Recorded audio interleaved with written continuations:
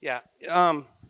This project blew my mind, because even though I've done a lot of work with superficial hydrology and thinking about watersheds as an archaeologist, and modeling how people have moved along rivers and thinking about chemicals upstream from indigenous folks that I work with.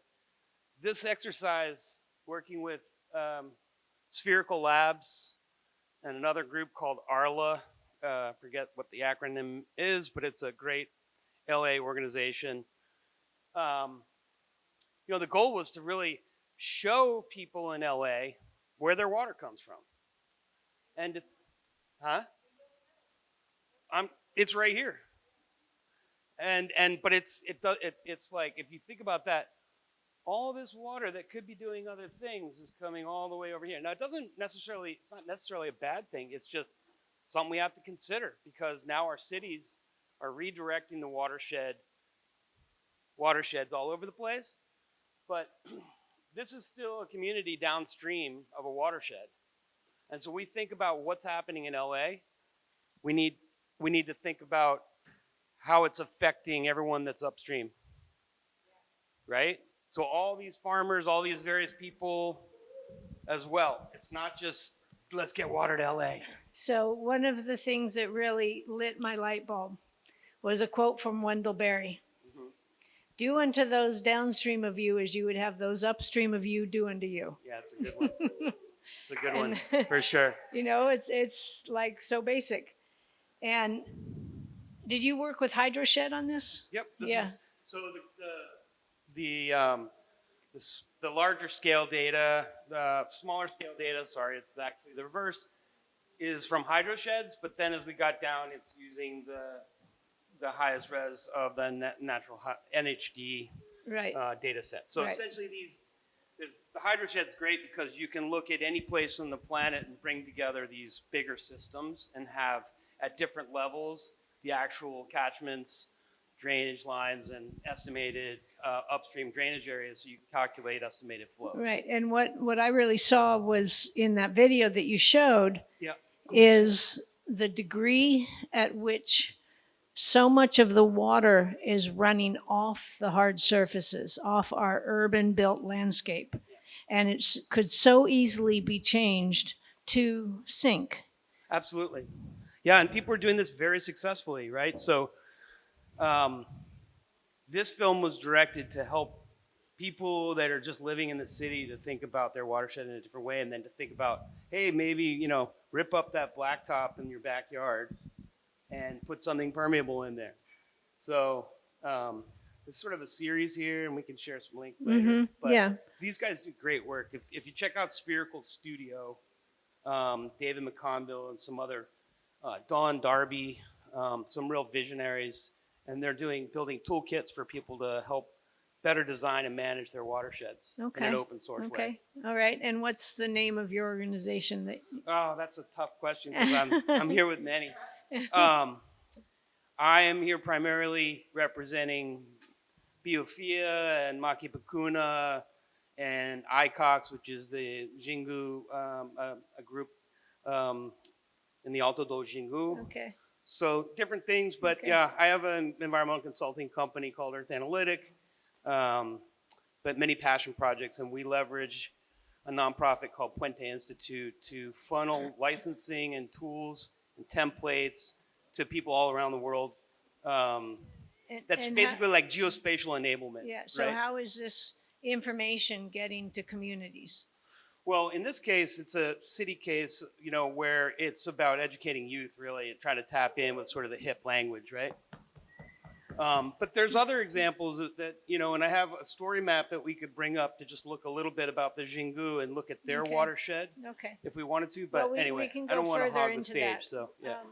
I think people should know that this gray area here is called the Owens Valley, which without having the Owens Valley Reservoir, Los Angeles would not have become a large city.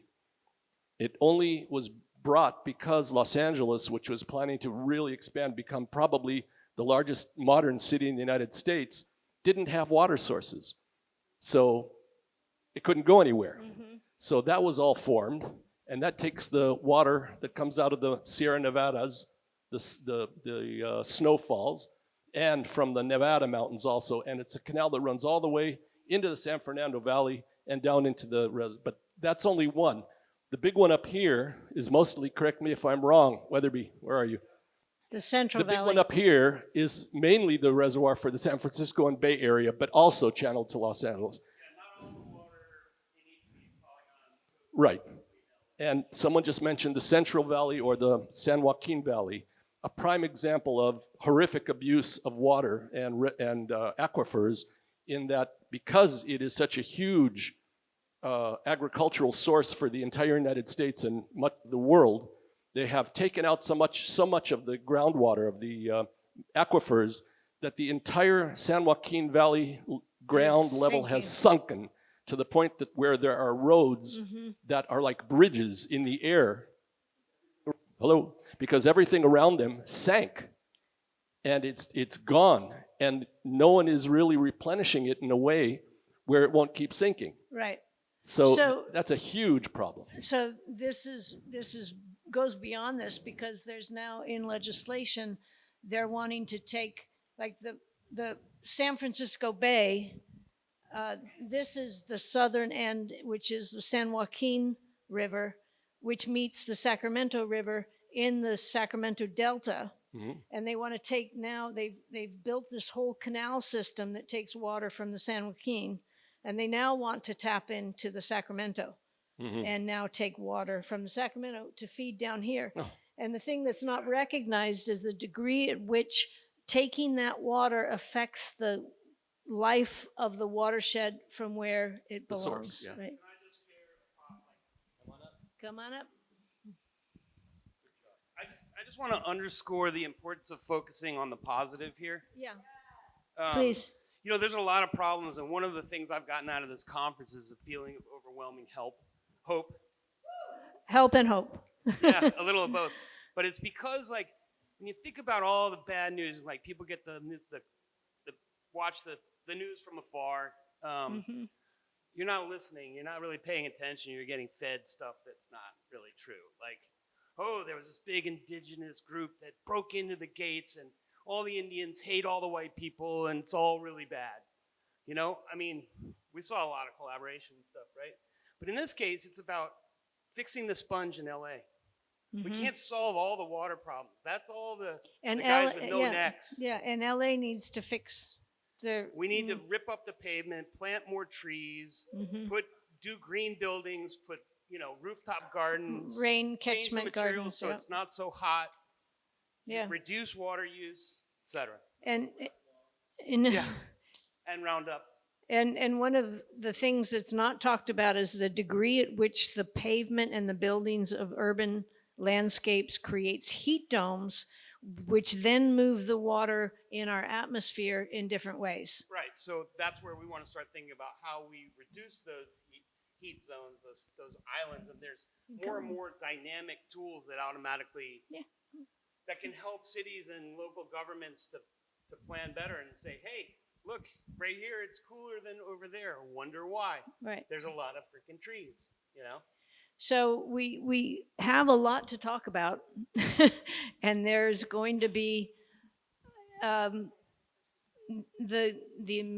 movement to get these conversations in aligned fashion. I was just going to ask a question. yes.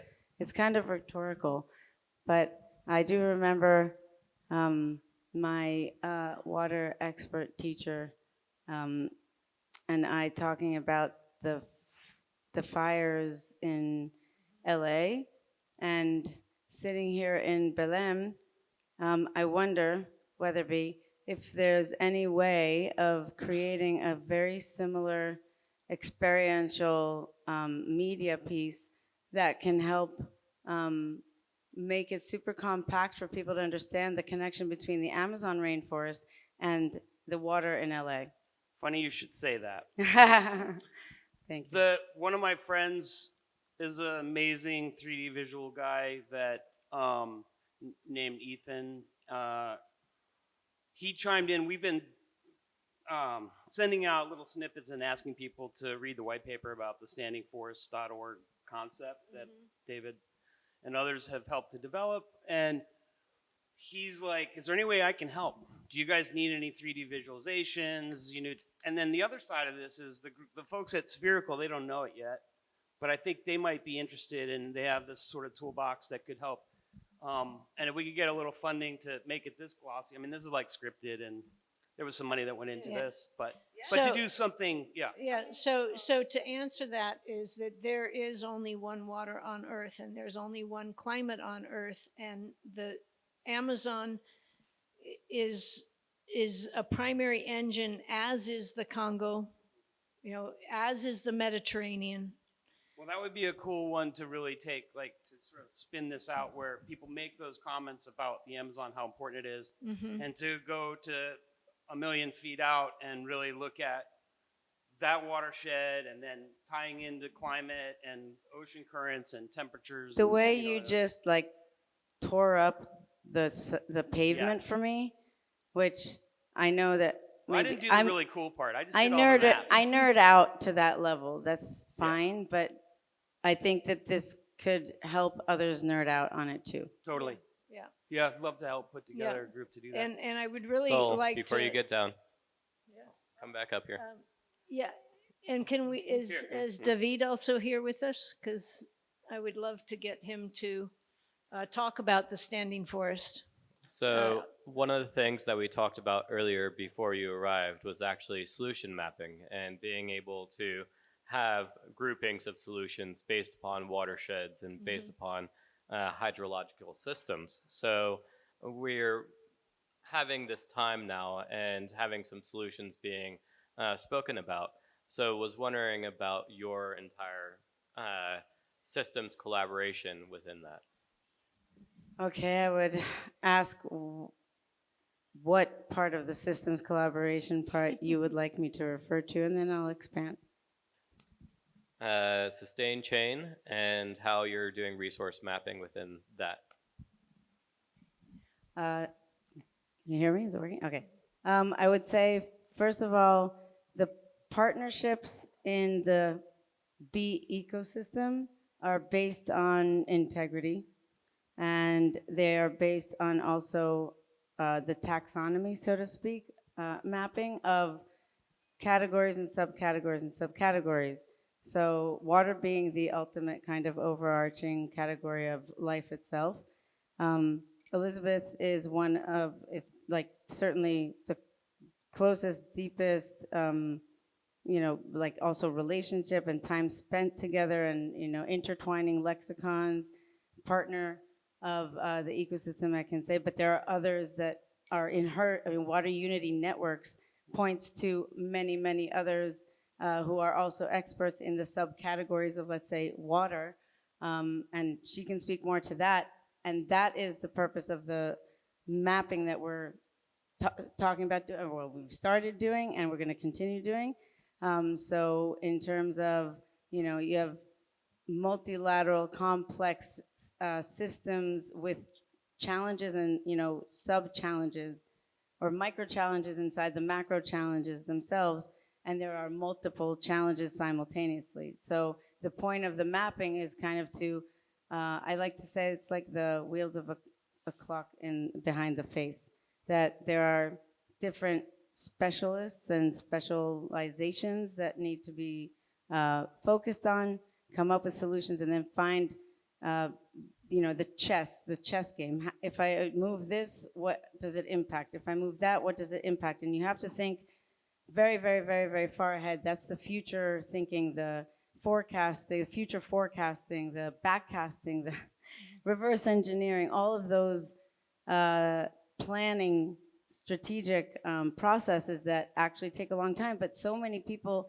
in those silos that we want to now close the gap on with this kind of not only mapping, but then the social layer of being able to locate one another and combine our resources, including knowledge and wisdom and expertise and certainly other kinds of resources and funding in order to expedite this process, is exactly where it's so kind of sizzling being here right now and finding each other and moving closer and closer to filling those spokes on the wheel, so to speak, and just actually being able to put a face and a name and a number or a profile and say, click, oh, there's a dot on the map. It's right near me. I can maybe ask for a cup of coffee or a meeting tomorrow or get on Zoom or whatever it is. But now I know at least where to start. That's where the DPI part comes in of like who's doing what, where, what's the impact, what are the resources, and where can we work together to maximize, capitalize on, and manage our resources more efficiently and effectively with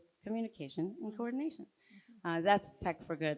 And also technologies of water, not just looking at technology as a chip, right, that you're welding, and we think of that as technology. The indigenous wisdom is a technology. Our own wisdom is a type of technology. So really just, I think becoming one. David, would you like to come up and speak about Did that answer?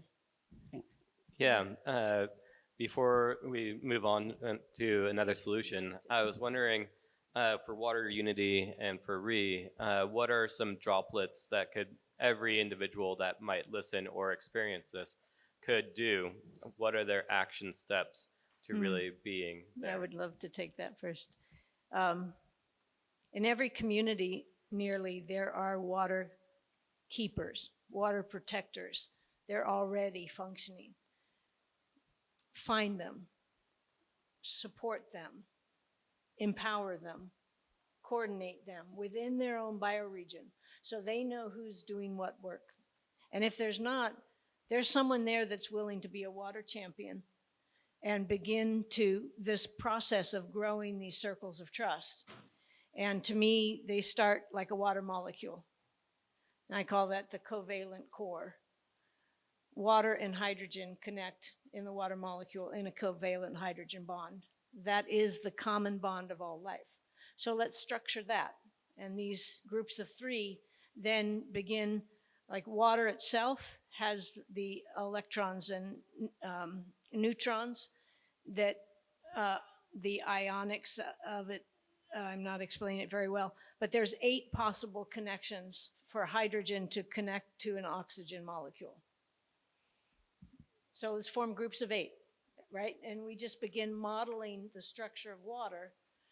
And then these groups of 8 form what I call the Watershed Wisdom Councils. Those councils could actually become economic entities, whether they're, want to go on the blockchain and become decentralized as the name's escaping me. I know it's a simple, yeah, DAO, there you go. But more human-based. It's not, really create human DAOs. So I would say the first step is to self-identify. And it's not like we're coming in to tell anybody anything. We're there to support, and Water Unity Network would come in if invited to help guide this sort of development process to become a Watershed Wisdom Council for your own watershed, for your own community, and creating what I call the Watershed Community Revitalization Centers, which are physical community centers where this kind of culture of caring and regenerative mindset and heart set can begin to be inculcated into the community with workshops and training and forming collaboratives. And then what kind of products can that collaborative group begin developing? Right now we're working with coffee farmers that are coming together to get a better market access and we have a profit sharing model for them if they come together. It's not for individual farmers, it's really trying to bring us to work together and remember, we used to know how to work together, but to really remember and start practicing how to work together. I'll pick up the remembering as is again, member is how about we become members again. We used to be in tribe, we got distant, we built houses with walls and we built cities and we went farther and farther and isolated ourselves from one another, and we're kind of remembering to come back and be closer and more connected. So we have to find the Goldilocks ratio, the not too far, not too close. But I would say also the biomimicry that Elizabeth is referring to is a big part of it. But you asked what actions can people take? And often people ask me, and maybe a lot of us around here, what can I do? But what can I do? I go to the supermarket and I don't take plastic. I turn off the water when I brush my teeth, but that's not enough. Come on, tell me something else I can do. And that's, first of all, why we built the platform, because there are tons of answers, but it really depends on the person, him or herself, themselves, so that they can explore different ways of participating. But participation, I think, is the key word here. It's also etching out time that's dedicated to this, to doing something, to taking action. I would say join the platform to get ideas, to see who's doing what, so you can join it, so you can participate. Even thinking about it is a participative action that you can take, and share what you know. So use social media for good. Use it to, every single person is an influence. Apropos learning from water, we are all ripples, and everything we say and do has a ripple effect on our surroundings. So if you learn something, if you hear something, if you read something, share it. And so just creating space in our lives to become more and more accustomed to dedicating a certain percentage of our lifetime, because we're also alive in a very, very telling moment. I think it's a time, I call it a defining moment. It's a time to not just defining moment like we landed on the moon or milestone moments in history. It's a time to define. What do we want? What do we mean by different terms? And what does it mean to be sustainable? What does it mean to be kind? What does it mean to be respectful? Could mean different things to different people.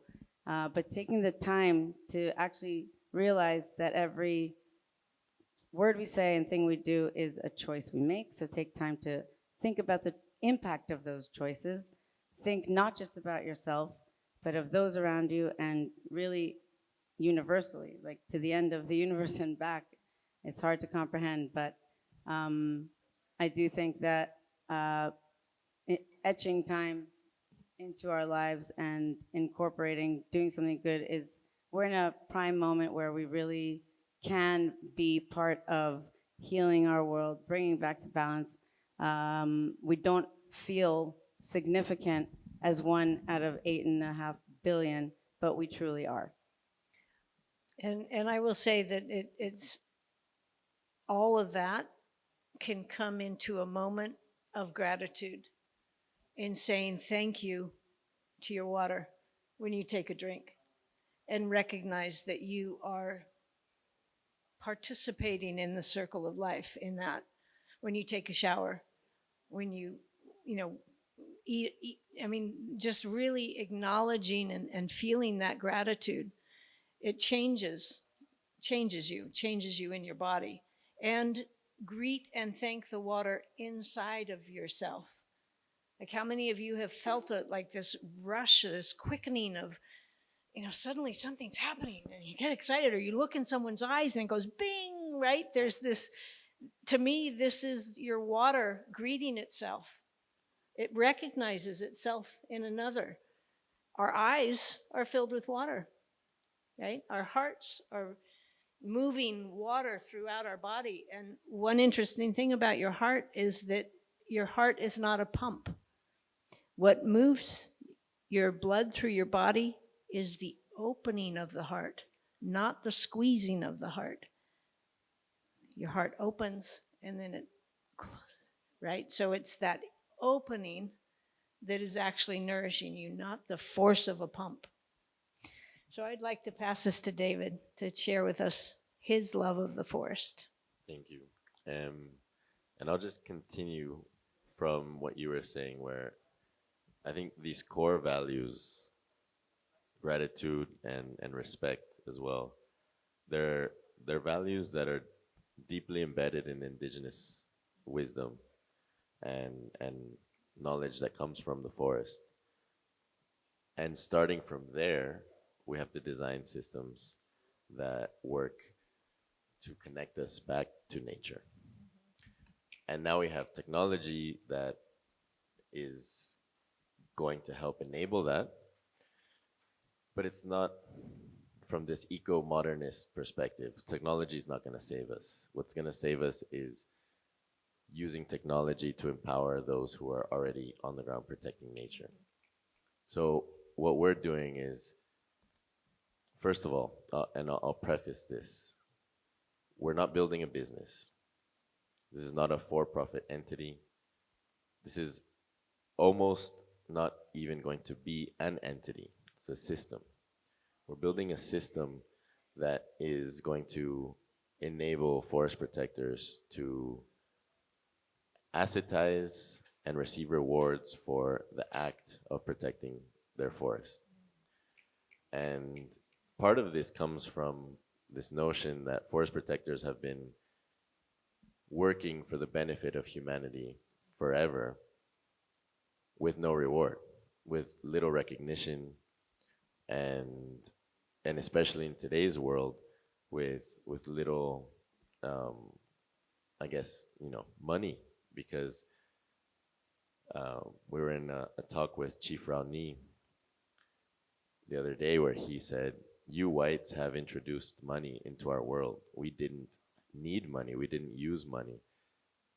But now we're in this system where money is required to help us adapt, to help us protect ourselves, to help us build food, education.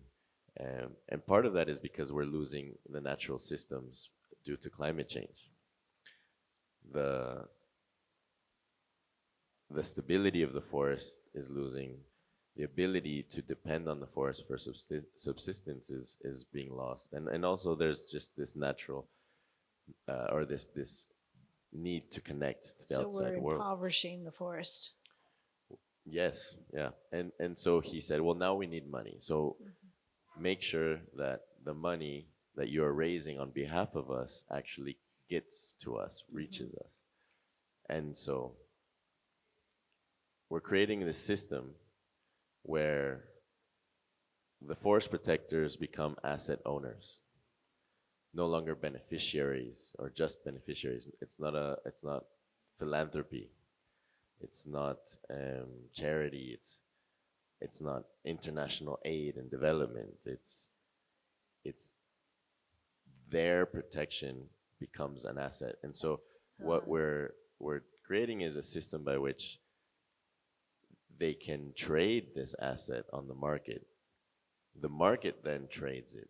And that flow of money, and the other day you were talking about how flow of water is life. Without flow, there's no life. And in this case, flow of capital brings life, because with every trade, a percentage will be flowing back to the original forest protector. And this is trading the intact forest, correct?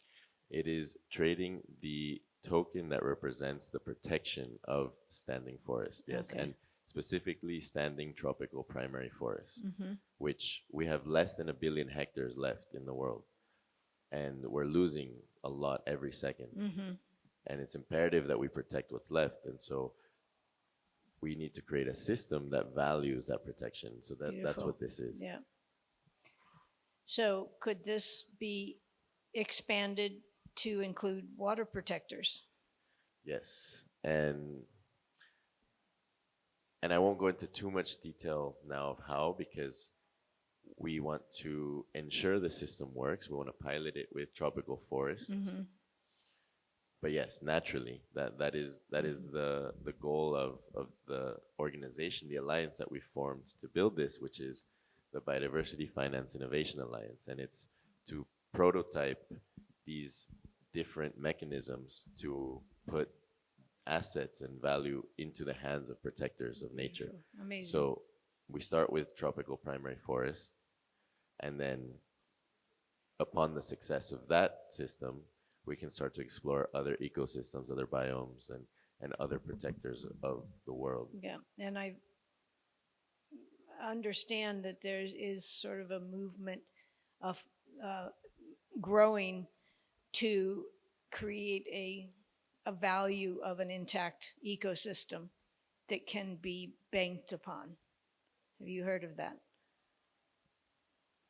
Yes, Yes, like okay. habitat banks. Is that what Yeah. you're referring to, or What's could that? you elaborate? Habitat banks, or what are you referring Yeah, to? I think so. I mean, I've just been attending different UN events, and that was one thing that really, I attended a side event that was speaking to that. And he said, you know, I had an experience with a blue whale, and I suddenly could see the value of this living whale was so much greater than a dead whale. And so I personally want to do more research and find out what that means. And so, um, yeah, so go ahead. And is Yvonne here with us still? There you are. I'd love to bring you up as well.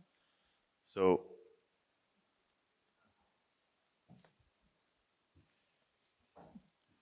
I think part of what we have to do is go back to the value system that we're building upon.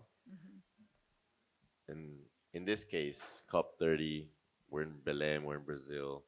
The the COP president said we need to. He's calling for this global mutirao, this global minga, this global collaborative effort. And it's a radical collaborative effort, and we believe that we need to frame this mutirao and these approaches, these solutions under the principles of the Indigenous Declaration, and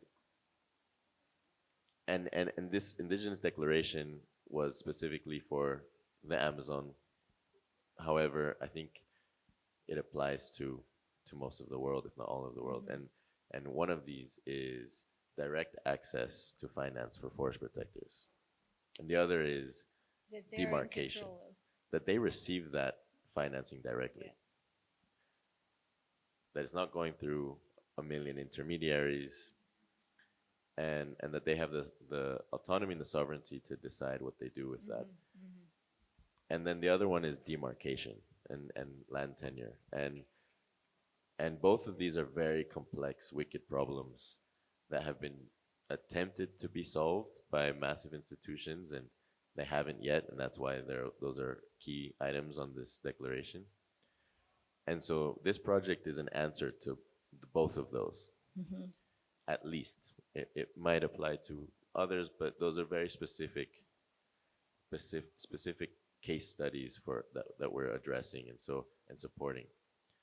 So we're coming up with systems to enable eligibility for forest protectors who don't have that clear land title in cases where governments own the land on paper, but indigenous communities protect that territory. Very complex issue. Yeah. So working through different ideas, talking to different stakeholders, indigenous leaders, and thinkers to say, what are ways in which we can connect to a forest protector without that governmental paper, that system Yeah, that yeah. exists? And then that can then lead us to integrating into that system later. Because if they receive the funding, the financing, maybe later they can actually do the legal and procedure and purchase that land themselves, or fight for it with lawyers and actually achieve that demarcation, because that's what they want. So they need every land protector needs to be secure in that they're protecting this forest for a reason, for the future. They deserve to be recognized for that. So working through these different wicked problems with the technologies that we have today, we wrote a white paper where we're exploring the technology, the tools that we need to use for this, and we're bringing together, and we're calling for our own mochila, our own minga of sorts, to say experts in this area, in blockchain, in geospatial informatics, in economics and reimagining economics in strategy and marketing and PR and futurism, whatever skills that people have who want to support this, come and help us. Our team is doing this for free right now Yeah, because we yeah. believe in it, and so we're looking to build upon that. And eventually, yes, the money will come, the funding will come to build this. But at the end of the day, again, it's not a business. We're not looking for investors. I got invited to pitch at an investor event. I didn't go. It's not worth it. We're not offering an ROI. We're not offering, any of those typical metrics. We're offering a chance to be a part of Yeah, a movement. the opportunity to take the lead. Yeah. So I'd like to pass this to Ivan. Wow, I'm just really, really excited about everything that David is saying, and I would love to know more and get involved. And yeah, this is right on. You just mentioned two different things about demarcation of land, and the other is the direct finance. And definitely, those are two key things right now at this COP that I think are just so important in the sense of the urgency of the climate crisis that is happening in the planet. And many people have sometimes not a lot of expectations out of COP, but the COP, the importance of COP happening in the Amazon right now, of us being here, of all of the attention in the Amazon, where there is all the importance that the Amazon has for climate resilience, and the opportunity that we have in this moment the, to demarcate territories. Yesterday, Lula announced the demarcation of 10 indigenous territory. That is a great news. And also Munduruku was their fight was recognized. So just the government of Brazil taking this opportunity, but still it's not enough. We need to do a lot more. And the Amazon is very near its tipping point. I think it's something like 20% of deforestation of the Amazon will completely tip over the climate of 25% of the planet. So if we do not stop tearing down the Amazon, it will completely devastate the planet. And we have to do this now. And the Amazonian countries have the possibility, and we need to support the Amazonian country to take those policies into place. And that means demarcating indigenous territories, giving direct finance to indigenous communities, and supporting the traditional authorities that have been in place for thousands of years. And what we need to do is support them to continue what they have been doing and stop illegal mining in the territories, stop oil in the Amazon. This is urgent for the survival of humanity, and we can do it, but we have to do it now. So we have to support the government of Brazil, Colombia, Ecuador, and what you are doing is really a pathway for the future. So it really is painting that pathway for the future.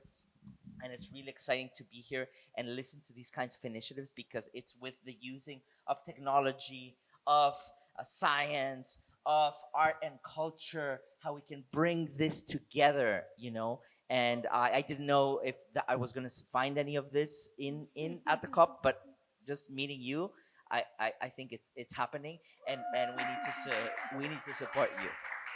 Thank you. Can you tell us what brings you here, Ivan?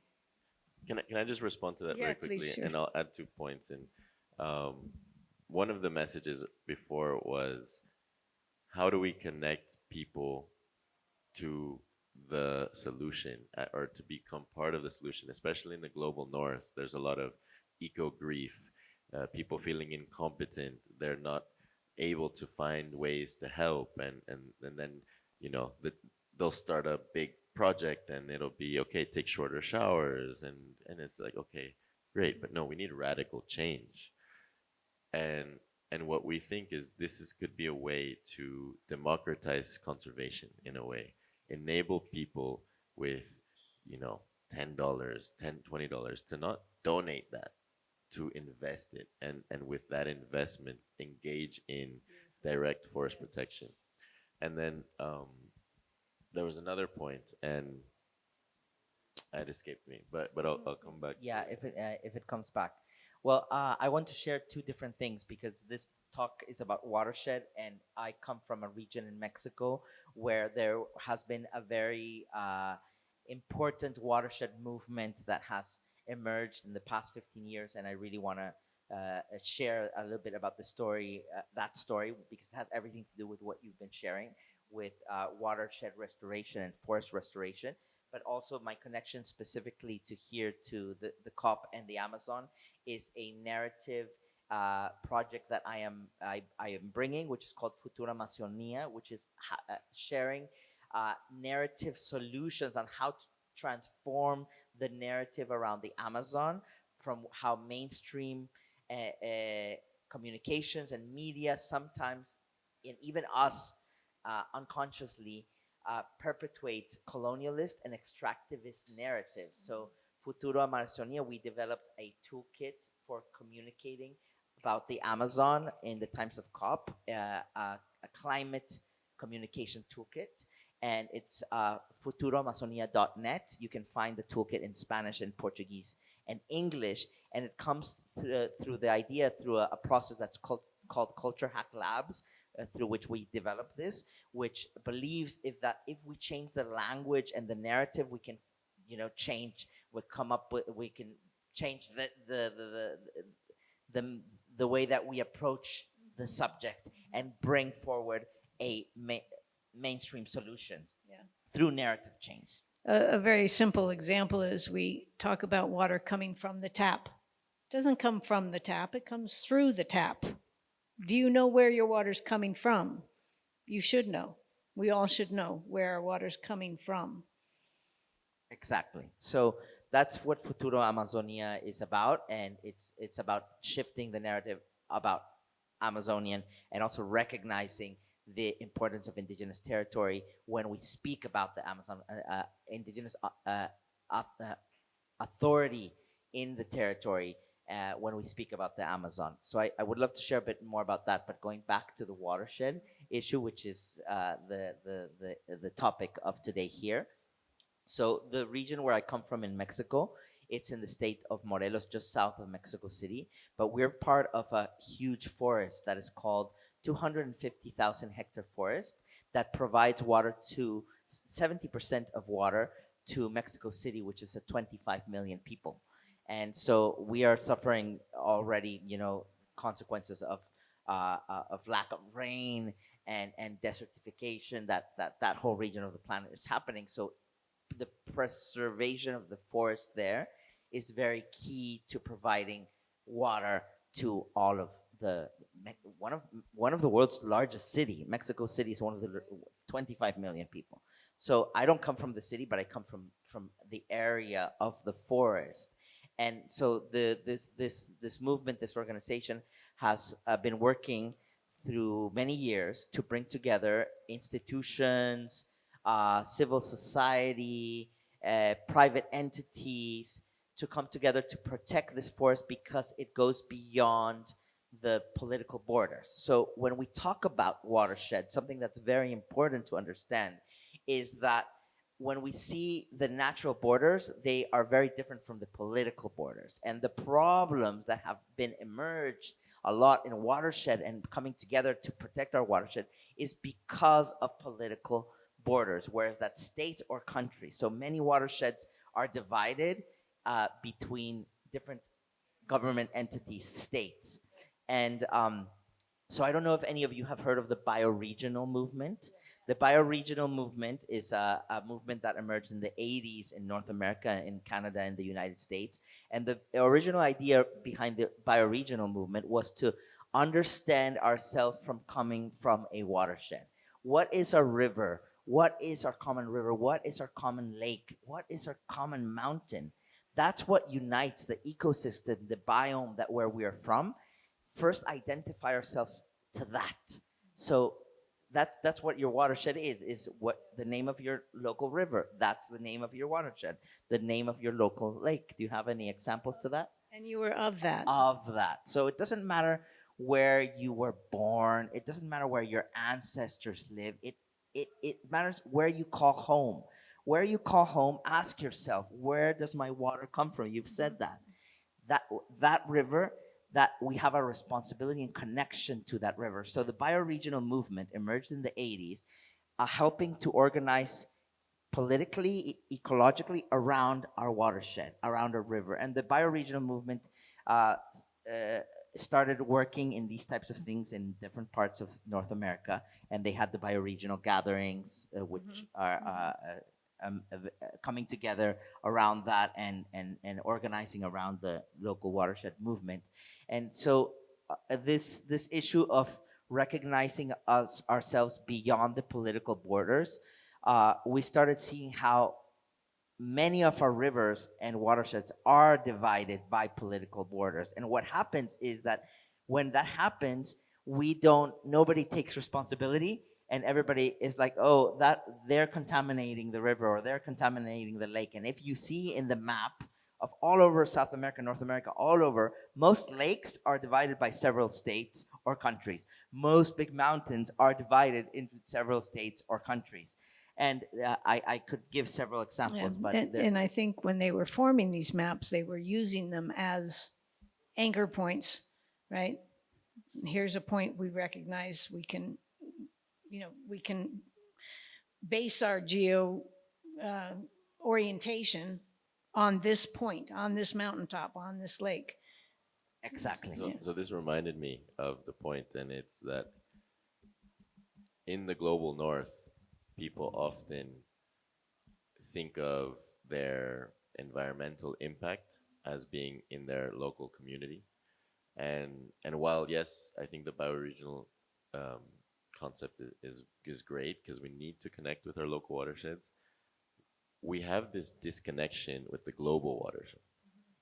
And in this case, the Amazon, for example, and the tropical forests of South America, the western slopes of the Andes have tropical forests that affect North America as well. And so if we think of how the tropical forests of the world are part of the global watershed, we need to rethink, and then I specifically call upon the global north to rethink how they address their personal and local impact, to understand that they need to have global impact, especially in the tropics as well.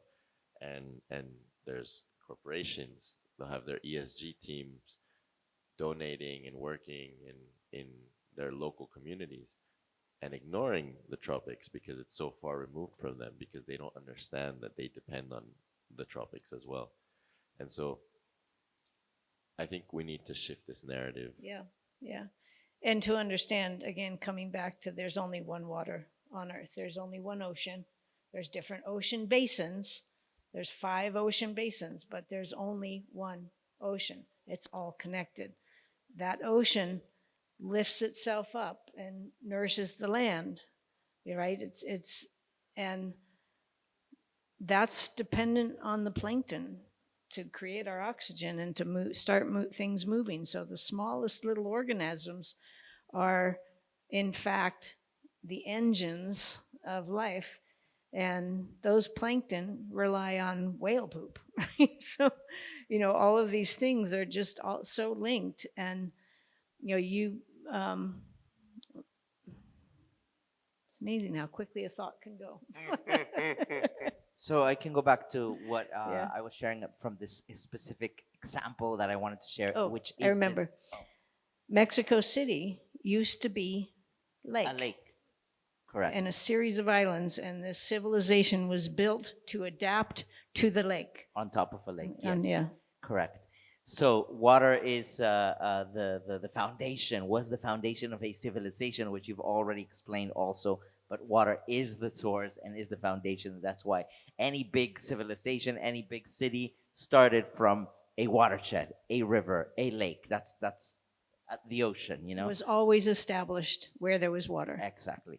So Mexico City was built around a lake, on top of a lake. And so going back to the specific issue of the Bosque de Agua, which gives water to 25 million people, that's a quarter of the population of the country. And it's being devastated by illegal loggers, mainly illegal loggers, and in a very rapid, uh, um, very rapidly. And so this group has come together since for over 10 years to try and have the Bosque de Agua be recognized. And goes through 4 different states in the central area of Mexico, more than 250,000 hectares. And to bring together government and the communities themselves which live in the forest to be able to have the tools to fight forest fires, to develop initiatives of sustainable timber, and just last year, with the new president of Mexico and the new state governors, we were able to get the recognition of that whole body of forest, which is called the Bosque de Agua, and which gives 70% of water to one of the largest cities in the world. So that's Well a done. specific. That's good. And these models exist, and yeah, I want to come learn. I want to come learn how these communities are now going to organize now that they've received political recognition. How are they going to organize themselves? One of the models that has existed for eons, century, who knows how long, is the Hawaiian model of land management. And I'm always butcher the name. You may know it. And basically, look, I'm not even going to try because I know it starts with an A and ends with a U. I apologize for my inability to name it, because it is important to name, in that the ancient Hawaiians organized themselves along watersheds, and that every clan, I don't know if they were actually tribes, but every group had access from the ridges all the way down the valleys into the taro fields in the flats, and all the way out into the reefs and the fishing zones. And they managed it, and they managed it well. And the Maui fires a few years ago was an example of poor management. And those fires would not have happened if the Hawaiian indigenous technology and knowledge and wisdom had been honored and respected. And so that loss of life, that loss of culture, that loss of beauty and history and everything was from mismanagement, in that the sugar plantations destroyed that natural, that intact system.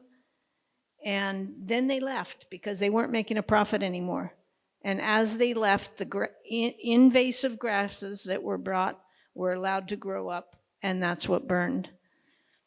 And so, so let's find those models that exist and bring them forward. And now you're creating a new model, which I'm guessing is actually based upon indigenous wisdom. Yeah, and the bioregionalism takes a lot from indigenous wisdom and also environmental and science to bring it together for watershed restoration. Yeah. So thank you all for all that you're bringing, the energy and the time, space here. I know that there's going to be another event happening at 2, so we have just a little, final wrap-up phase, and just wanting one single word that really describes and empowers what you want to bring into this world.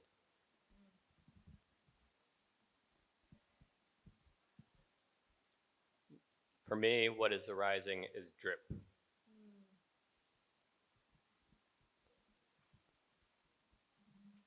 For me, it's flow. For me, it's re-evolution.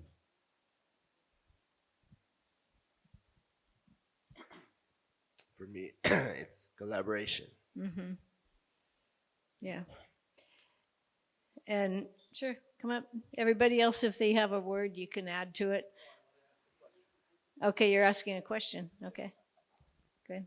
accepting and understanding and accepting your explanation of how the water flows out of the faucet. We must recognize it's not coming from the faucet. Where is it flowing from? And the advancement of technologies, and in particular desalination processes and plants that become now more accessible to the entire world, should we not be looking at international regulation that will insist that people, before they're connected to a water source that is desalination, they should be made to understand that although we're not taking it from the aquifers, it's still part of the flow, and they must not either abuse it by using it too much or by polluting it. And put some responsibility on people who think, oh, we've got a free ride now. Right, and that goes to the degree of extraction and extraction industry that runs our economy. And if I believe that if you are extracting, it's hard to say you must do this, right? But it's a civil responsibility to give back if you're taking, and just changing that mindset and that heart set. And you spoke to the watershed restoration. And for me, it's watershed community revitalization. We restore to revitalize. And we need to revitalize our communities as much as our ecosystems, because our communities are broken as well. Revitalization. Yeah. Woohoo! Thank you all. Thanks, everyone. And I will say that there is a global disruption happening on the internet, and my website has been affected, but it is waterunity.life, and you can come for more information. Let's say our website. Yeah, please, everybody. futuroamazonia.net. Standingforests.org with an S, key. And biofia.org is the Alliance's website. And be1.life. Be1. And I also want to mention all of the people that are doing the work that we're seeking to connect.